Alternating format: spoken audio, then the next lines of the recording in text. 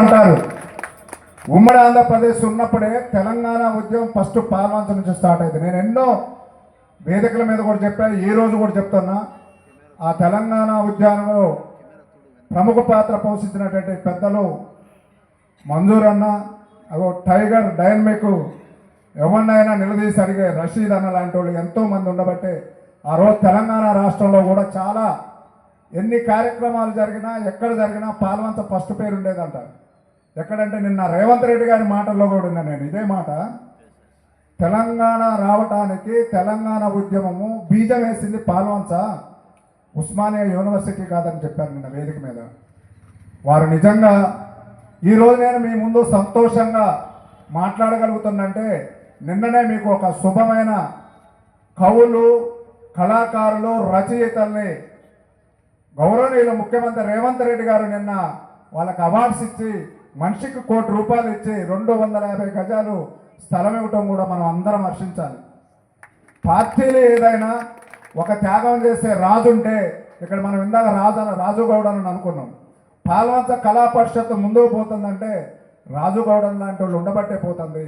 అలాగే తెలంగాణ రాష్ట్రంలో రేవంత్ రెడ్డి గారు మొదటి స్టెప్ తీసుకొని నిన్న వాళ్ళకి ఇవ్వటం కూడా తెలంగాణ రాష్ట్రం దశాబ్ద కాలంగా 10 సంవత్సరాలు తెలంగాణ రాష్ట్రం వచ్చి ఈరోజు కవులు, రచయితల్ని, కళాకారుల్ని గౌరవించడం కూడా మనం అందరం సంతోషపడాలి.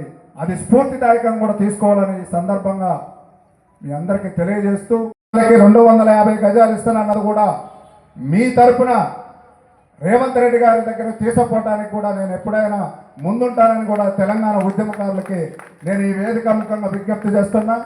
ఇంతకుముందు చెప్పా, ఇప్పుడు చెప్తున్నా, తెలంగాణ ఉద్యమకారుల్లో నేను కూడా ఒక బిడ్డ లాంటి వాడిని. ఆ రోజు తెలంగాణ రావాలని కోరుకునే నాలాంటి ఎంతో లక్షల మంది కూడా వాళ్ళంతా ప్రార్థన, వాళ్ళంతా సంకల్పం వల్లనే తెలంగాణ వచ్చింది. దానికి ముందు మీరున్నారనే ఈ సందర్భంగా తెలియజేయక తప్పదు. అలాంటి తెలంగాణని సాధించుకొని మనం ఇప్పుడు ముందుకు పోతున్న దశలో ఇందాక చెప్పినట్టు ఈ తెలంగాణ ఉద్యమకారుల్ని నిజంగా వాళ్ళకి న్యాయం జరిగినప్పుడే మనం తెలంగాణ ఇచ్చిన గౌరవం, ఆ తెలంగాణ ఉద్యమకారులు పోరాడిన దానికి విలువ ఉంటుందని తెలియజేస్తూ దీన్ని ఉత్సాహవంతంగా, ఉల్లాసభరితంగా మనందరికీ ఆనందంగా ఇంతసేపు కూర్చోవాలంటే ఏం కావాలి?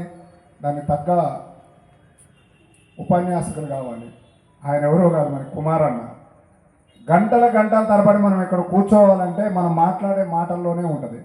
అలాంటి పసందు కల్పిస్తున్నటువంటి కుమారన్న కూడా మనం ఎప్పుడూ రుణపడి ఉండాలి. ఇలాంటి వాళ్ళు ఉండబట్టే ఇవాళ భారతదేశంలో ఉన్నటువంటి సాహిత్యం, సాంప్రదాయాలు నిలబడి ఉన్నాయి.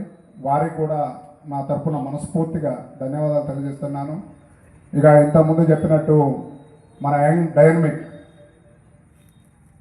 ఈ పాల్వంచ పట్టణంలో దాదాపుగా 30 సంవత్సరాల నుంచి చూస్తాను, అంతే ఉంటాడు అన్న రాజు గౌడ్ అన్న.